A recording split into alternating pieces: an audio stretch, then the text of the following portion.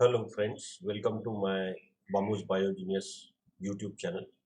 Today we will discuss about Darwin's theory of natural selection. It is also called as the Darwin Wallace theory of natural selection. This topic is very important for UG and PG students. So let us see what is Darwin's theory of natural selection. Now before discussing about the Darwin's theory of evolution, we should also consider or we should also see the environment before Darwin. What kind of evolutionary ideas were there before Darwin? So Darwin was not the first person to investigate the diversity of life forms on the earth. Before Darwin also, some of the philosophers, they also tried to explain the diversity of animals on the earth. Now, most of them believed that what the religious texts have told them. For example, in some religion, the concept of a creationist was there. The first was the divine creator, or this creation is done by a divine creator, and he somehow he produced all those kinds of diversity of a species on earth. So he is responsible for the diversity on the planet. Then the another idea was there, that is idea of a fixity of a species. We have studied this in our last video about Lamarck's theory of evolution, and in that we have already discussed that how that the person that is the scientist, famous scientist George Cuvier, is a proponent of this particular idea of fixity of a species, and how Lamarck opposed it. So here the idea of fixity of species means what? Whatever the God has created, that is fixed, and all these species are fixed, they will never change. So this is known as the idea of fixity of a species. So this idea was prevailing at that time. Another idea was that the earth is new. That means they are of the belief that the earth is a very recent structure, and it has just passed 6,000 years only. So this is the belief at that time. Then another belief was that the whatever the species that we see today at that time, that species are perfectly meant for that particular environment, and because of that, that means these species are perfectly designed. For example, we take a fish is perfectly designed for aquatic life. Like that, each and every species is perfectly designed to suit with the particular kind of environment in which that particular species is living. So all these kind of ideas about natural theology were prevalent at that time.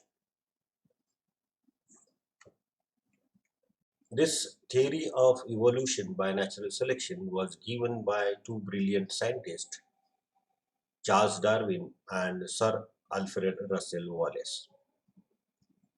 Charles Darwin was a naturalist, an explorer, and a reader. He traveled extensively through the parts of the world and collected various kinds of fossils, specimens, and studied the diversity very extensively. Similarly, Sir Alfred Russel Wallace was also a naturalist, an explorer, and a geologist. He worked in the Malayan archipelago,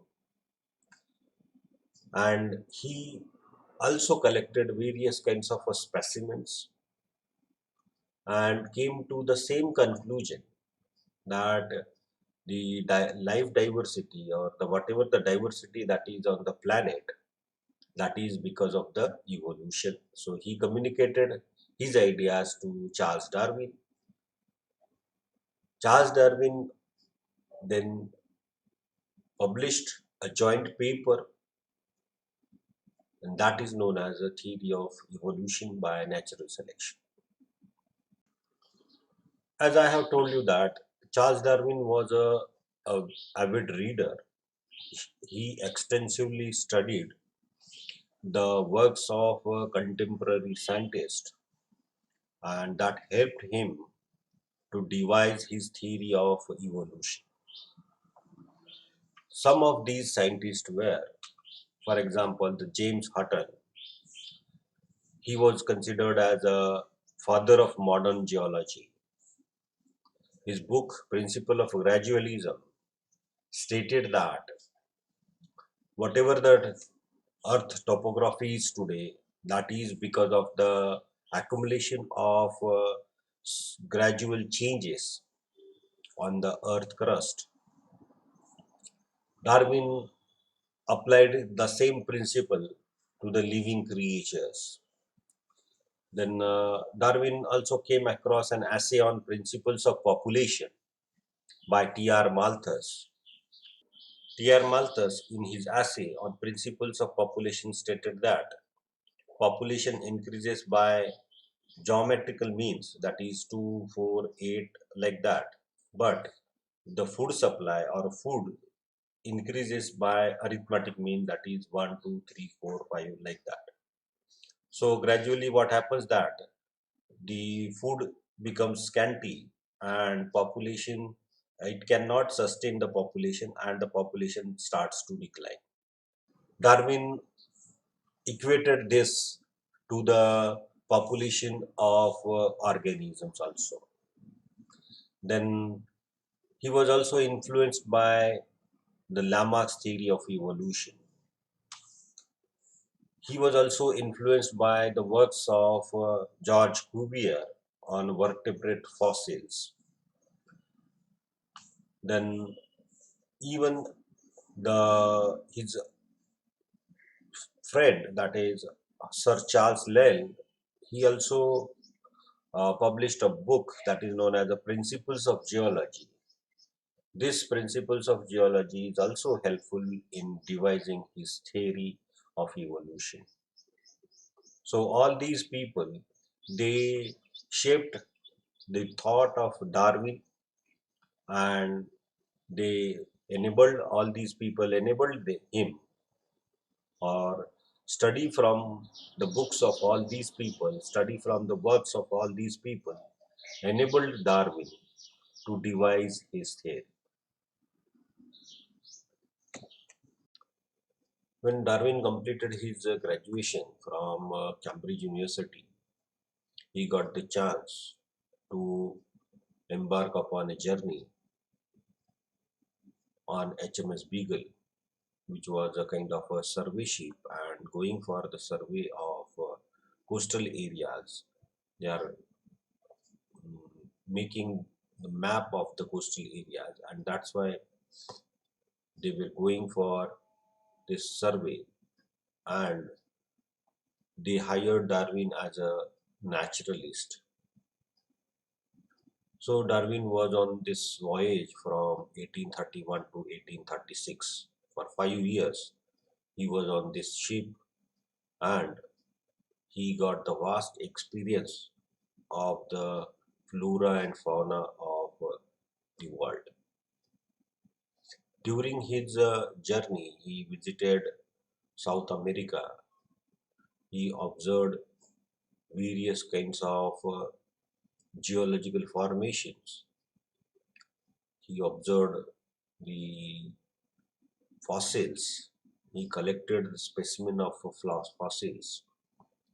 Then he also collected birds, insects.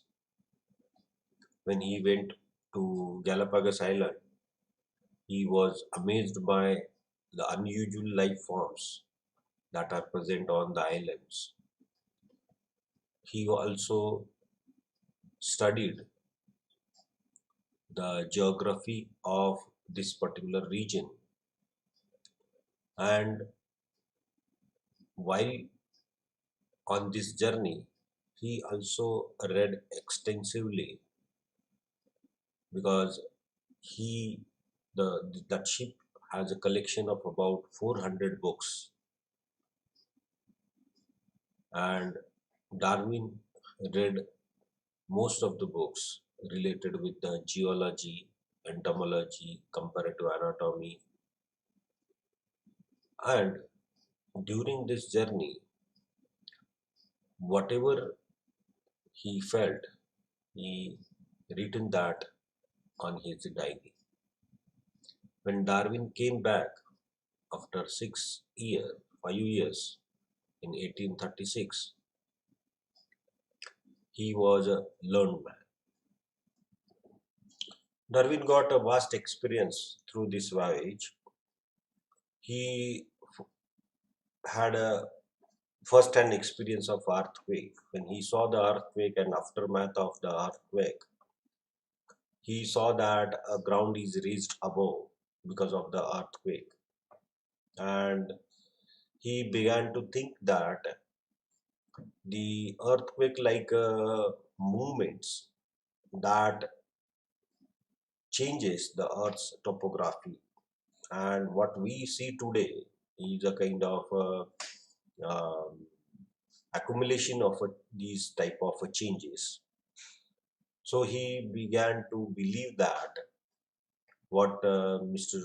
Charles Lyell said in his book Principles of Geology, that whatever the earth topography is today, that is because of the small gradual changes, and these gradual changes accumulated over the thousands of years. So he started to believe that earth is very old and not like said in the books, that is it is only 6,000 year old. So this notion was first of all cleared by this experience. Then he also observed the fossils of oceanic organisms on Andes.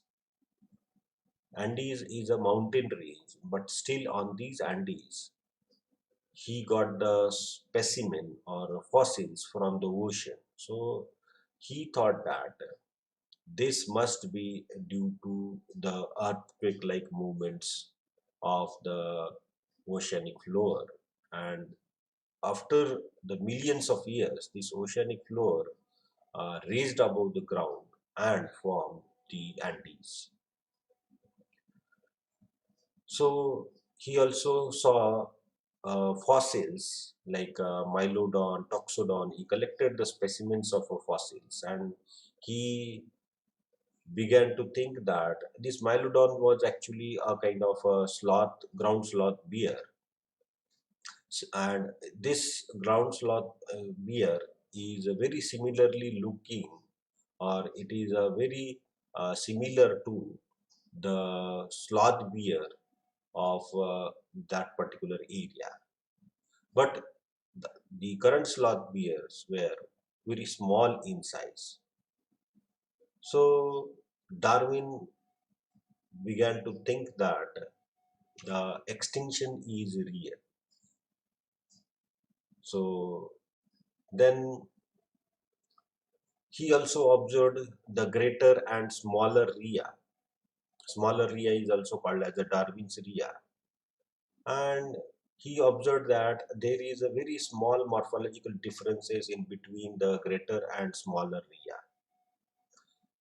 So he began to think that idea of fixity of species is wrong, because the lesser rhea and smaller rhea must have been arisen from a single common stock, and so he believed that species changes over the years. Then he also went on to Galapagos Islands. Galapagos Islands were a kind of a group of 22 islands with a different ecology. he observed very unusual animals on these islands. For example, he observed finches. About 14 types of finches were there. Each one is having a different kind of the beak, and that beak is Darwin observed that each island is having a specific type of a finch, and which is having a specific type of a beak. So even he also observed tortoises, and he began to think that these tortoises also have morphological differences according to the ecology of the islands. So he began to think like that, that this must be due to the environment. So this is the diversity, or whatever the diversity of finches or tortoises that we see on the Galapagos Islands, that may be due to the effect of the environment. Because when he saw the mainland finches were slightly different from the Galapagos Island finches. But these mainland finches, uh, uh, maybe, or he thought that these mainland finches somehow, due to storm or something like that, they migrated or moved towards the Galapagos Islands, and in the Galapagos Islands then they diversified. So these are all the experiences that shaped the idea of evolution by Darwin. Now we will discuss about the postulates of Darwin Wallace theory of evolution. First one is the universal occurrence of variation. As we know that the different individuals of a species, they differ in physical appearance. Even the children of parents, they also differ in appearance, physical appearance. This is because of variation. So this difference, physical difference, is called as a variation, and Darwin supposed that these variations are very important in bringing about the change in the population.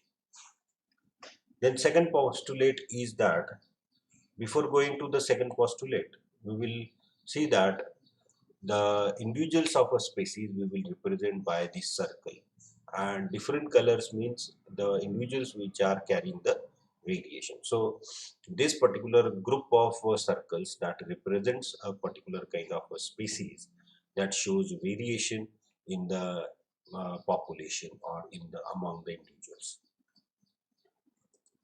Then the second postulate is vast reproduction.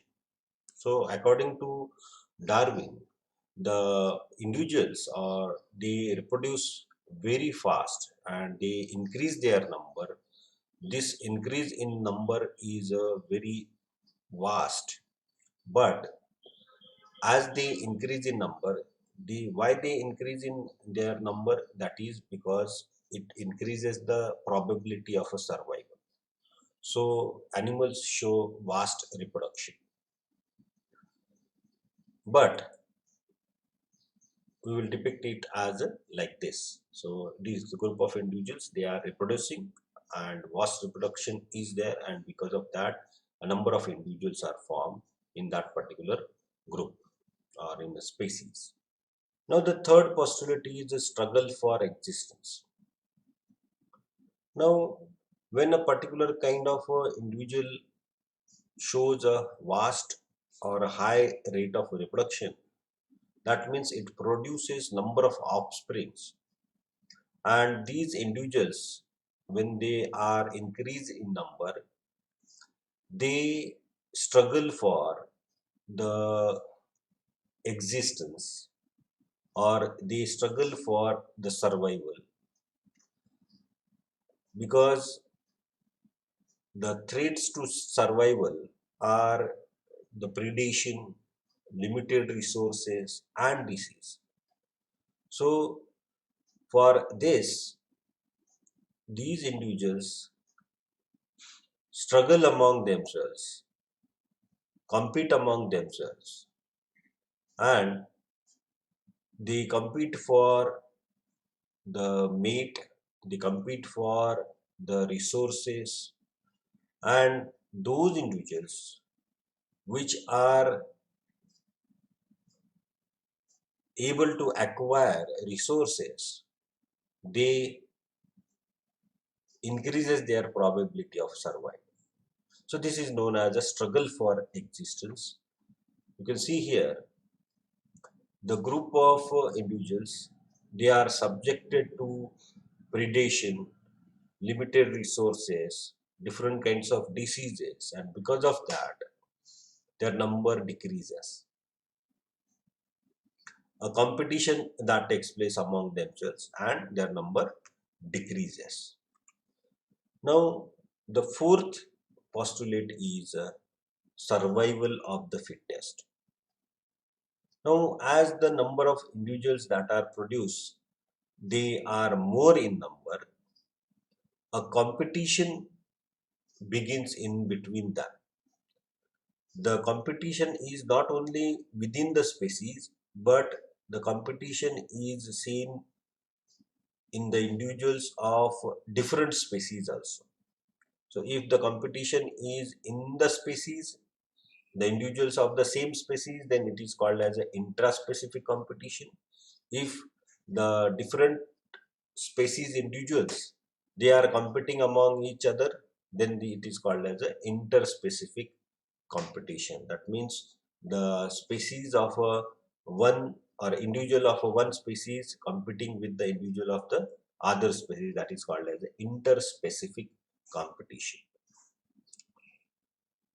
Now this competition brings about the or the winner in this particular competition is the one who have a greater success in avoiding predation, better access to resources, or if he is having the resistance against a particular kind of a disease. So whatever the individuals they are competing, if they are having all such kind of a qualities, then and then only such individuals will survive. So that means a fit individual will survive, fittest individual will survive, and those who are not able to compete, they will perish. So this is known as a survival of the fittest. Now who will survive in this particular competition? The individual which is having a positive variation or a good variation, that will survive. According to Darwin, when these variations will form or variation forms, these variation are of two types: good variations and bad variations. Good variations are those which are helpful in survival of that particular individual. Bad variations are those that because of that bad variation, the individuals they will not succeed in competition and gradually they will die. So the good characteristics or the good variations will prevail in the particular population. So individuals which are having these good variations, they will survive. So they will be called as a fit individuals, and such a fit individuals, they will survive and they will produce offsprings. They will produce or they will reach up to the reproductive age and they will produce offspring. And this is how the good variation, the individuals with the good variations are again reproduced. So such a kind of a good variations will be transferred to the next generation. And those individuals which are having a bad variation, negative variation, that will die. So they will not put in, or these bad variations will not be seen in the next generation, because these individuals which are carrying that particular bad variation, they will die.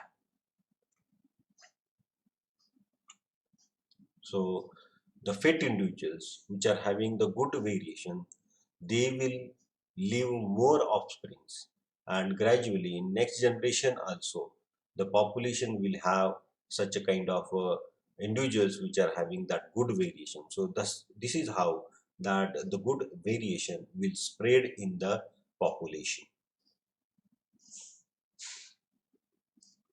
So this is how that the bad individuals which sorry, not bad individuals, the bad variation, individuals with bad variation, they will die, and individuals with good variations, they will survive.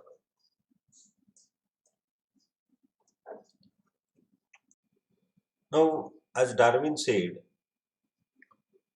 individuals, they show a vast reproduction rate. Because of that, there is a number of individuals increased. These increased number of individuals have different variations in them. They, because of the increase in the number and limited resources, the competition increases. Because of this increased competition, that a struggle for existence that starts. The individuals within the species, they compete for resources. Individuals outside the species, they also compete with each other. So interspecific and intraspecific competition is seen, that is known as a struggle for existence. And in this struggle for existence, those individuals with a positive variation, good variation, they will survive, and they will reach up to the reproductive age, and they will be able to put or transfer their positive variation to next generation. Whereas the individuals with a bad variation, they will not be able to survive and they will die. So they will not be able to put this bad variation into next generation.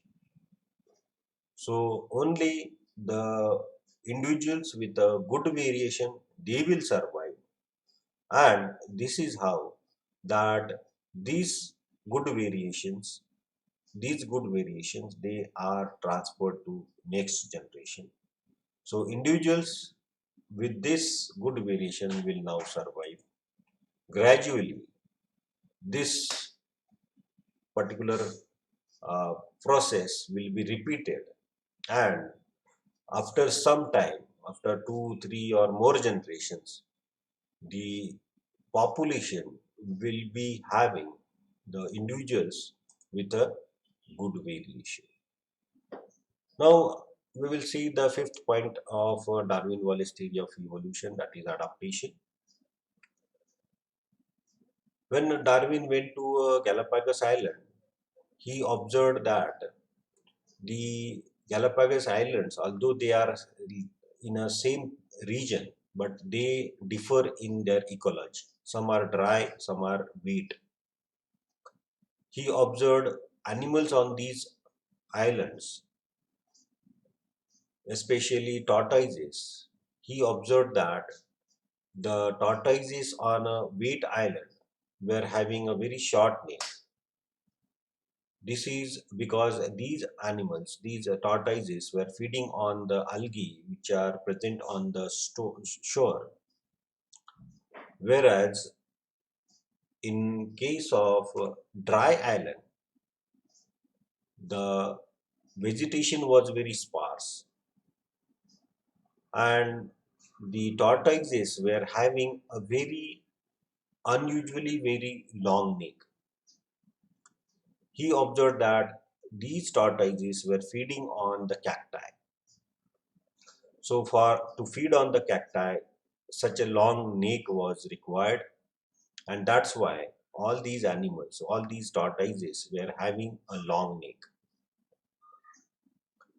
Darwin inferred that initially when these population of tortoises that came on these islands, they must be having different kinds of neck, and gradually what happened that those individuals which are having a short neck, they perished. Only those individuals which are having this long neck, that survived, and they are able to feed on these cacti, and because of that they survive. So according to Darwin, when a particular kind of a variation is a positive or it supports the survival of that particular individual, then such variations are transferred to next generation, because these animals only they able to reach up to the reproductive age and they reproduce and they pass on their variation, positive variation, to next generation. And over the years, after number of generations, we see that the whole population is having that particular positive variation. So this is known as a adaptation. The last point of the Darwin's theory of evolution is natural selection. As we have seen that how that ancestral population is converted into a new population. Now this new population is having all the positive traits, or we can say the positive variations. Now these positive variations, or why these particular animals with the positive variations they are living, that is because nature selected them. So natural selection is a kind of a passive process where it selects only those individuals which are having the positive variations. So other individuals which don't have the positive variations, they will perish, they will vanish from the uh, population, and only those individuals which are fit for that particular type of environment, they will be selected automatically by the nature. So this is known as a natural selection. So Darwin gave the credit to the nature for the selection of these individuals which are having this particular positive variations. Now, individuals with unfavorable variation, they will diminish from a particular population, and the individuals with a favorable variation, they will remain in a population. This is how we know that we call it as a natural selection, or Darwin called it as a natural selection, which is a passive process. Only those individuals which are having a positive variation or a favorable variation for that particular kind of environment, they will remain in a population, and those who don't have that favorable variation, they will perish. Those who have unfavorable variation, they will perish from the population. So gradually, after the generations, more generations or millions of years, what will happen? Ancestral population will be very different from the this resulting population, and this is how that a new species will form. So this particular trait or a characteristic feature of that particular organism which is having that favorable variation are selected, and a new population is formed. So this is how that a speciation occurs. So Darwin said that the new species are formed by a descent with a modification. So this is how that new species is formed. Although Darwin's theory of natural selection was a great success, it changed the biological world forever. But from few sections of a society, the criticism was also there. So these are the following points on the basis of which the people criticize this theory. The first objection to Darwin's theory of natural selection is the origin and transmission of variation. Darwin observed variation in all the life forms, and he was convinced about the universality of variation. But he was talking about only favorable and unfavorable variations. He was not talking about heritable, non-heritable, or neutral variations. So people criticized him for that, that Darwin did not answer the questions about the heritable and non-heritable or neutral variations, because These variations are heritable, some of them are non-heritable, and some of them are neutral.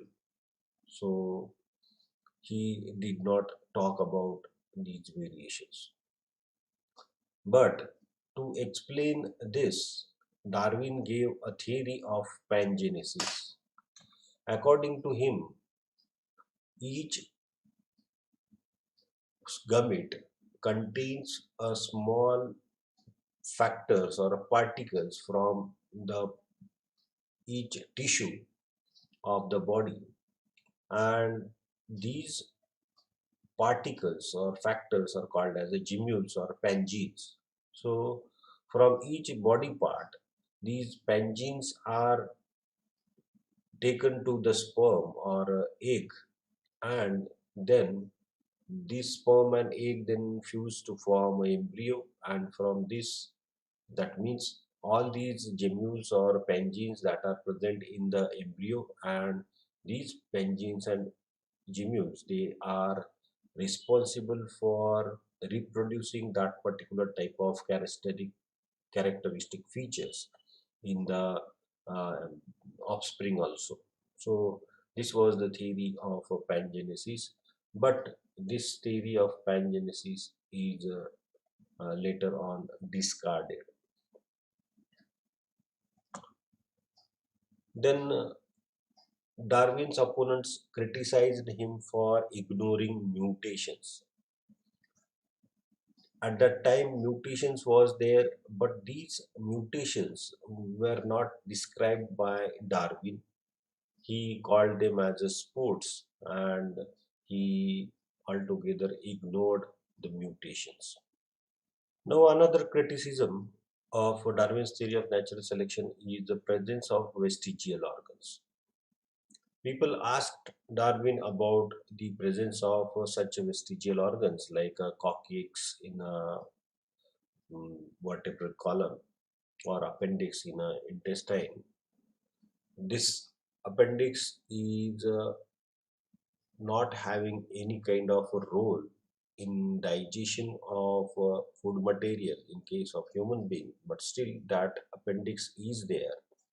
And they asked Darwin about the presence of appendix, why that appendix is present there, even if that particular region is not helpful in digestion of any of the substances. But Darwin was not able to answer this question of vestigial organs. So uh, then people also asked him about the over specialized structures, that these over specialized structures are responsible for extinction of some kind of animals. For example, in this case, extinct elk is there. This elk is said to be extinct because of these particular horns, these large horns on its body that are very large as compared to his body. But and because of that, it has been said that these particular animals have gone extinct. But Darwin has no explanation for these particular kind of more specialized structures. Then fourth one is Darwin also not talked about the arrival of the fittest. He talked about the survival of the fittest, but the Darwin's theory of natural selection does not explains the how the fit animals arrive. Now we know that, but at that time it was not known to the people. So they asked about how this particular arrival of the fit test is there. Then fifth one is lack of intermediate fossils. In some cases, Darwin said that, or the theory of natural selection said that whatever the animals mm, evolve, they evolve by small steps, or we can say a descent with a modification, and that modification is a very small step very small modifications are there, and gradually the particular animal converts into another animal. So, but it has been found that in some cases there are no transitional forms are available.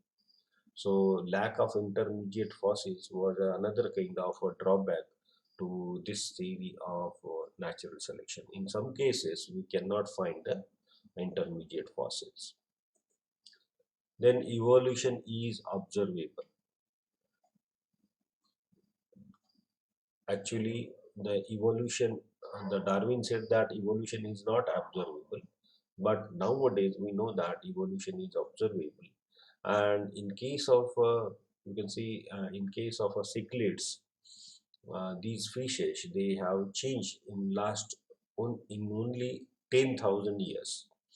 So we can say that evolution is now observable, but at that time Darwin said that evolution, as it was very, it requires millions of years, and it takes place with a very short steps. So that's why Darwin said that the evolution is not observable. But now we know that we have a data that evolution is observable. Now, the seventh objection to the Darwin's theory of evolution is that it relied more on natural selection as a mechanism of evolution. But now we know that there are different mechanisms that are also involved in evolving a particular kind of a population, that is mutation, gene flow, genetic drift, isolation, and non-random mating. Darwin did not emphasize on isolation, but Wallace is of the opinion that if the isolation is there in between two populations, that means they will take a different evolutionary path and it will lead to speciation. The sterility among the individuals of two diversifying population is termed as accidental by Darwin. But Wallace said that this sterility helps in keeping these two populations separate, and that also helps in speciation. When we talk about the legacy of a Darwin, Darwin was the first scientist or evolutionary biologist who said that evolution takes place at a population level. He never said that evolution takes place at individual level. He was the first in rooting the classification of a species into a single branching tree and authenticated systematics in biology. He also founded the main principles of sciences of biogeography and ecology. Darwin is a scientist who changed the biological world, and that's why he is at par with Newton and Copernicus. His work is still inspiring millions of students, researchers, and biologists all over the world. And very few authors, very few scientists can claim that much. So, this is the legacy of Darwin. So, this is all about Darwin's theory of evolution by natural selection. We will end up with this famous quote by Theodosius Dobzhansky: "Nothing in biology makes sense except in light of evolution."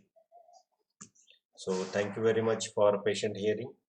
Please subscribe to my YouTube channel BAMU'S Biogenius for latest uploads. Or if you like my videos, please hit the like button. If you want to comment, please comment. So, thank you.